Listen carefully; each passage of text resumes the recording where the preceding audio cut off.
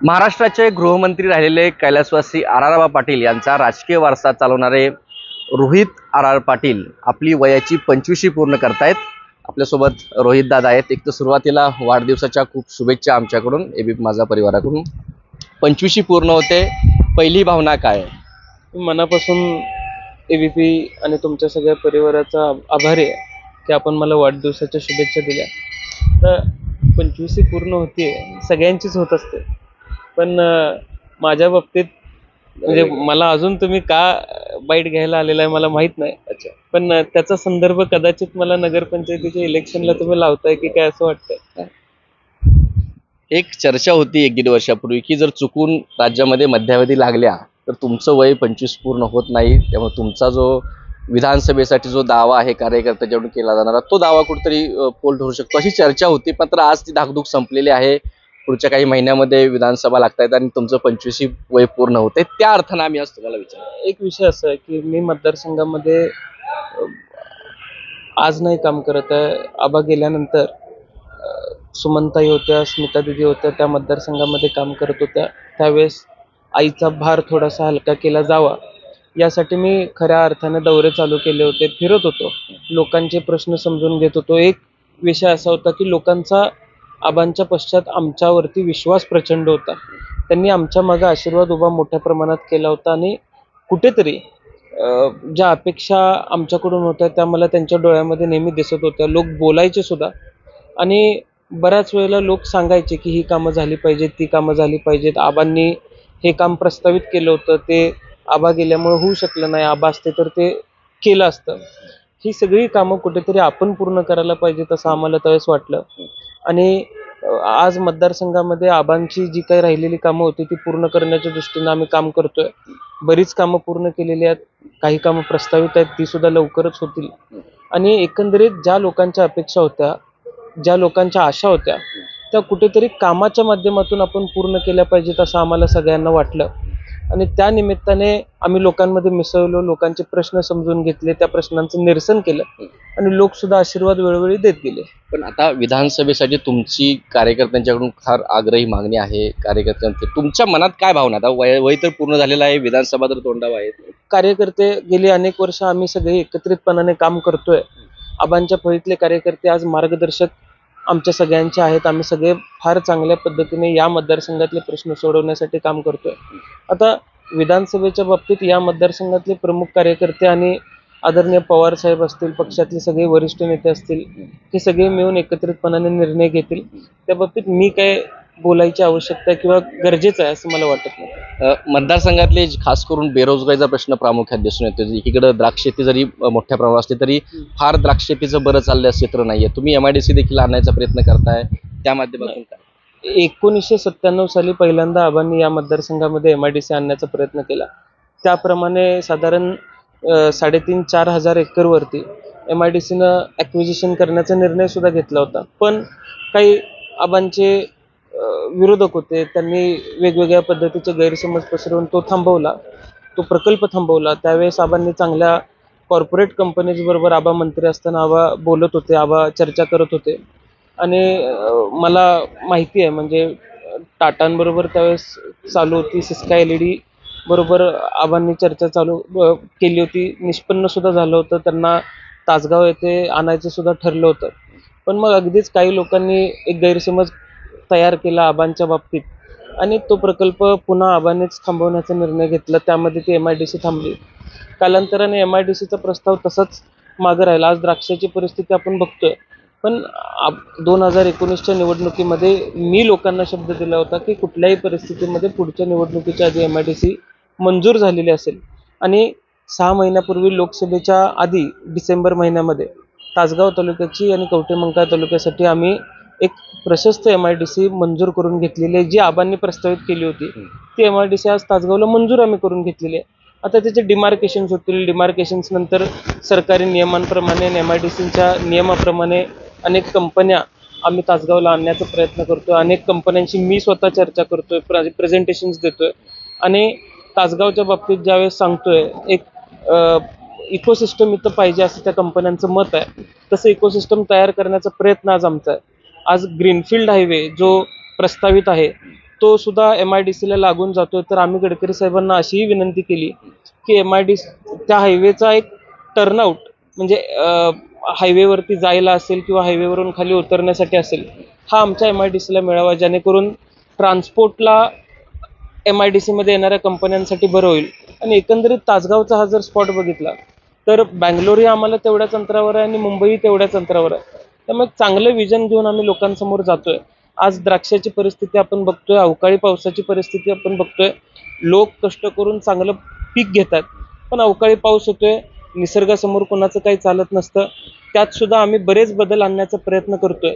आम्ही NRCच्या अनेक शास्त्रज्ञांची मदत घेतोय, बारामतीच्या EDTच्या अनेक शास्त्रज्ञांची मदत घेतोय आणि या मतदारसंघामध्ये बेदाणे असतील, द्राक्ष असतील, ह्याच्यासाठी सुद्धा काहीतरी आपण वेगळं केलं पाहिजे, यासाठी आम्ही प्रयत्न करतोय. आता त्याचबरोबर बाजार समितीच्या माध्यमातून इथली बाजार समिती इथल्या सर्वसामान्य लोकांनी एकत्रितपणाने येऊन आमच्या ताब्यामध्ये दिली. आजपर्यंत आम्ही बेदाण्याचे सौदे काढत होतो, आता कुठेतरी द्राक्षाचे सौदे काढण्यासाठी जे इन्फ्रास्ट्रक्चर लागतं ते इन्फ्रास्ट्रक्चर ठराव मंजूर आहेत. आम्ही त्या पद्धतीनं काम चालू केलेलं आहे. त्याच्यासाठी ज्या गोष्टी रिक्वायरमेंट गरजेच्या असतात त्या आम्ही करतोय आणि लवकरच ते प्रकल्प सुद्धा चालू होतील. त्याच पद्धतीने बाजार समितीचा आबा असताना जो प्रकल्प मंजूर झाला होता, आबा गेल्यानंतर तो प्रस्तावित होता म्हणजे पेंडिंग राहिला, पण तो सुद्धा आता आम्ही पूर्ण करतोय आणि नव्याने बाजार समिती सुद्धा तासगावची चालू करतोय, जेणेकरून द्राक्षाला एक वेगळी आणि चांगली बाजारपेठ चालू होईल. आणि बाजारपेठ चालू झाल्यानंतर ज्यावेळेस द्राक्षे विकले जातील त्यावेळेस व्यापाऱ्याकडून पैसे शेतकऱ्याला मिळतील याची हमी सुद्धा मिळेल, अशा पद्धतीचं मॉडेल आम्ही तयार करण्याचा प्रयत्न करतो. आणि त्याचबरोबर अनेक राष्ट्रीय आंतरराष्ट्रीय संस्थांशी आम्ही निगडीत झालेलो आहे, आमचा टायअप झालेला आहे.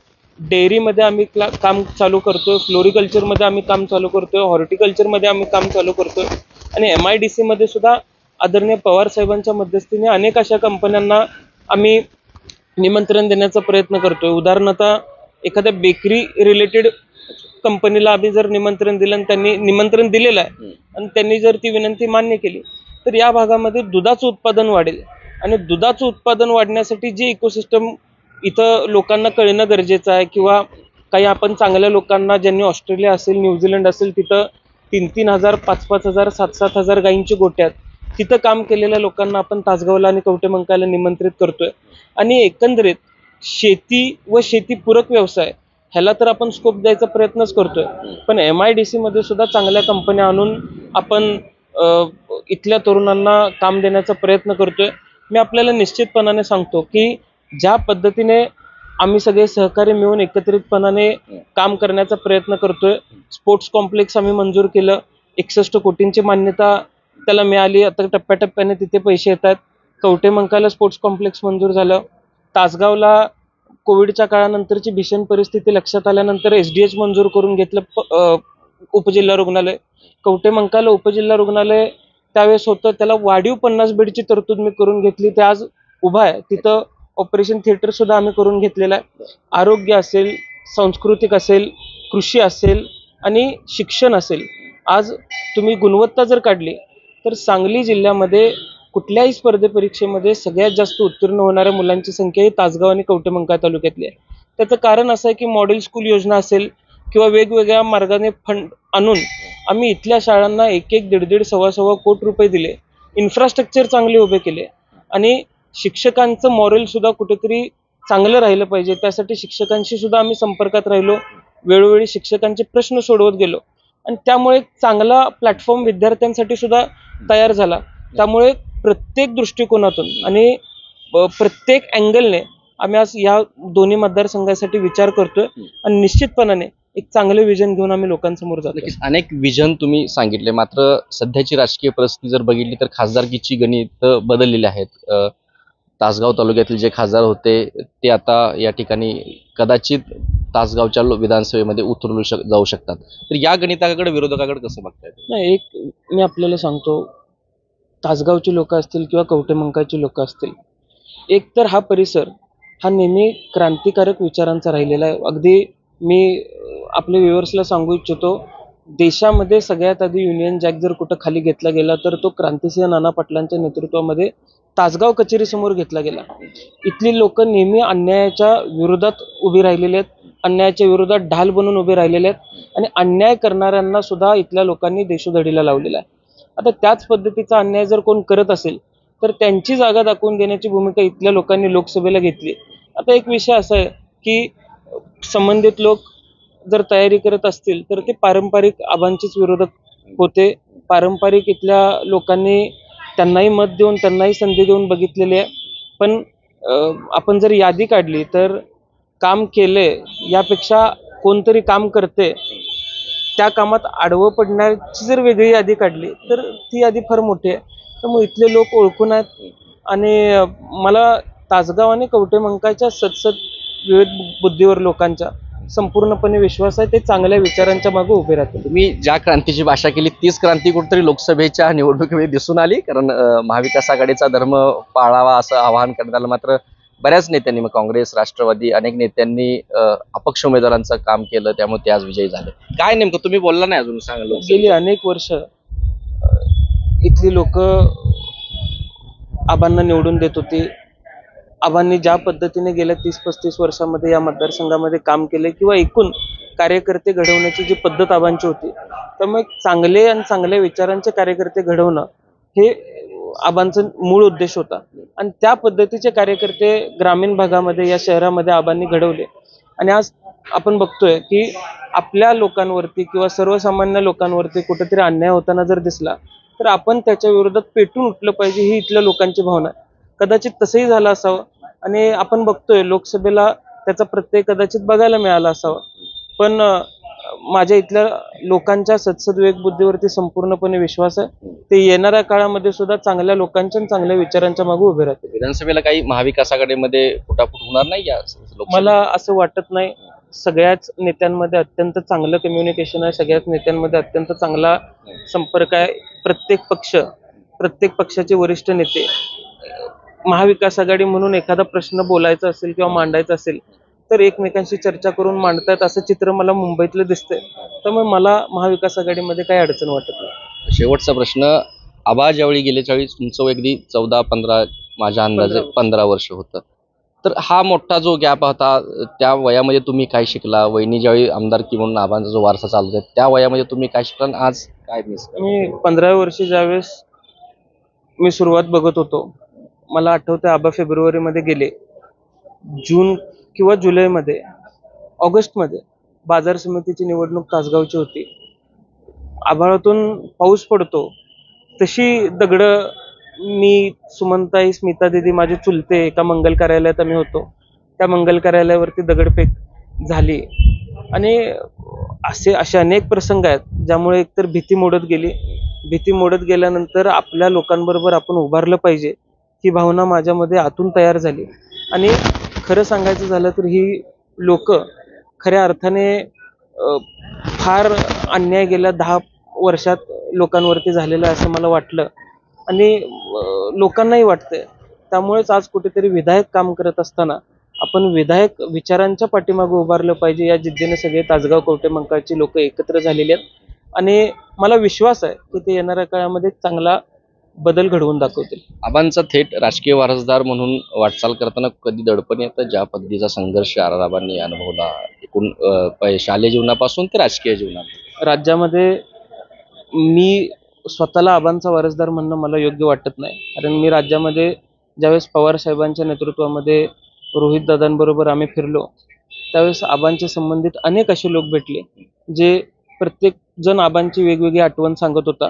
आणि त्यावेळेस मला एक गोष्ट जाणवली की हे सगळे आबांचे वारसदार आहेत, आबांच्या विचारांचे वारसदार आहेत आणि वैचारिक वारसदार आहेत.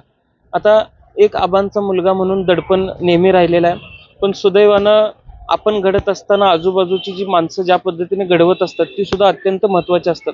आणि घडणारा असावा लागतो तसे घडवणारे असावे लागतात, ही जशी म्हण आहे त्या पद्धतीने ज्या लोकांनी मला मार्गदर्शन केलं, ज्या लोकांनी मला आशीर्वाद दिला, काय करायचं यापेक्षा काय करू नये याला अधिक महत्त्व माझ्या वडिलांच्या सभोवतालच्या लोकांनी मला घडवण्याच्या बाबतीत दिलं. आणि मी निश्चितपणाने आयुष्यभर त्यांच्या प्रति कायमस्वरूपी कृतज्ञ राहीन की एक फार चांगला विचार त्यांनी मला शिकवला. कदाचित हे फार अवघड वाटत असावं, पण त्यांच्या मार्गदर्शनामुळे हे कधी सोपं झालं हे सुद्धा मला कळलं नाही. आणि त्यांनी हे सगळे शिकवल्याबद्दल अजून सुद्धा बरंच काही शिकायचं आहे, ते शिकवत राहतील. पण त्यांनी जे वाटा माझ्या जडणघडणीमध्ये दिलेला आहे त्यांच्या प्रति मी कायमस्वरूपी कृतज्ञ आहे. एक पक्षीय प्रश्न, रोहित पवार यांचे तुमचे संबंध चांगले आहेत, ते रोहित पवार तुमच्या युवक प्रदेशाध्यक्षपदासाठी आग्रही आहेत, त्यामुळेच कुठेतरी प्रदेशाध्यक्ष यांच्याशी खटके उडतात, त्याच्यामध्ये काही मतभेद आहेत अशी चर्चा आहे. नेमकी काय सत्यता आहे, तुम्ही इच्छुक आहात त्या पदासाठी? नाही, एक विषय असा आहे की त्या बाईट नंतर उद्याच्या मुख्यमंत्री पदाचे दावेदार जयंत पाटील साहेब असू शकतात, अनिल देशमुख साहेब असू शकतात, इतर वरिष्ठ नेत्यांची त्यांनी नावं घेतली. ही बाईट सुद्धा त्यांनी दिलेलीच आहे. त्यामुळे वाद असे कधी नसतात. सुसंवाद पक्षांतर्गत फार चांगला आहे आणि एक फार चांगल्या पद्धतीने आम्ही एक टीम म्हणून काम करतोय, संघ म्हणून काम करतोय. म्हणून कदाचित लोकसभेला पवार साहेबांच्या नेतृत्वामध्ये हे यश पक्षाचं आम्ही खेचू शकलो आणि येणाऱ्या काळात सुद्धा विधानसभेला आम्ही त्याच पद्धतीने सामोरं जाणार आहे. आम्ही एक उद्दिष्ट ठरवलेलं आहे की कुठल्याही परिस्थितीमध्ये पवार साहेबांच्या नेतृत्वामध्ये महाविकास आघाडीचं सरकार आलं पाहिजे आणि राष्ट्रवादी काँग्रेस पक्ष हा एक नंबरचा पक्ष राहिला पाहिजे. अजितदादाबद्दल काय सांगाल, ज्या पद्धतीने प्रवास सुरू आहे अजितदादाचा? दादांनी त्या काळात निश्चितपणाने मार्गदर्शन फार मोलाचं केलेलं आहे. दादांचा आणि वडिलांचे संबंध फार चांगले होते. पण ज्यावेळेस ही परिस्थिती उद्भवली, मला आठवतंय आज 3 जुलै आहे. आज 3 जुलैला मागच्या वर्षी आम्ही कराडला होतो यशवंतराव चव्हाण साहेबांच्या समाधीवरती. पवार साहेब तिथं आलेले होते. 2 जुलैला शपथविधी झाली होती. पण एक निर्णय म्हणजे असा आहे की पवार साहेबांनी आबांसाठी कशा पद्धतीने केलेला आहे किंवा पवार साहेबांनी आबांना कशा पद्धतीने मार्गदर्शन केलेलं आहे, या सगळ्याची जाणीव मला, माझ्या कुटुंबियांना, किंबहुना या मतदारसंघातल्या लोकांना आहे. इथं 2004 साली ज्यावेळेस आबा पक्षासाठी बाहेर सभा घ्यायचे, 2009 साली पक्षासाठी बाहेर सभा घ्यायचे, त्यावेळेस पवार साहेब एक दिवस तासगावमध्ये येऊन थांबलेले आहेत. त्यांनी प्रत्येक गावाचा आढावा घेतलेला आहे. हे सगळं कार्य इथल्या सर्वसामान्य कार्यकर्त्यांना माहिती आहे. त्यामुळे आम्ही 2 जुलैला निर्णय घेतला मागच्या वर्षी आणि 3 जुलैला आम्ही सगळे यशवंतराव चव्हाण साहेबांच्या समाधीवरती होतो. तो निर्णय त्याच वेळेस झालेला होता. पण एक हे झालं नसतं तर कदाचित एक नंबरचा उद्या आम्ही राहणारच आहे. पण ते अधोरेखित करायला एवढे कष्ट पवार साहेबांना करावे लागले नसते. मला वैयक्तिक पवार कुटुंब आणि राष्ट्रवादी एकी राहणं हे फार चांगलं बघायला आवडलं असतं. निश्चितपणाने प्रत्येकाला आवडलं असतं. पण पवार साहेबांच्या विचारांचे आम्ही पाईक आहोत आणि पवार साहेबांचा विचार, कार्य, कर्तृत्व हे टिकवण्यासाठी आणि लोकांपर्यंत पोहोचवण्यासाठी जे काही करावं लागेल ते येणाऱ्या काळात आम्ही करणार आहोत. धन्यवाद. खास तुमच्या वाढदिवसानिमित्त एबीपी माझाला ही दिलेली मुलाखत. तर रोहित पाटील यांनी आपली वयाची 25वी पूर्ण करत असताना अनेक त्यांनी पुढचे जे विजन आहेत त्यांचे, खास करून तासगाव, कवठेमंकाळ विधानसभा मतदारसंघाबाबतचे आणि याशिवाय त्यांच्या राजकीय वाटचालीवर देखील त्यांनी अप्रत्यक्षपणे काही संकेत व्यक्त केलेत. कॅमेरा पर्सन योगेश सोबत कुलदीप माने, एबीपी माझा, सांगली. एबीपी माझा, उघडा डोळे बघा नीट.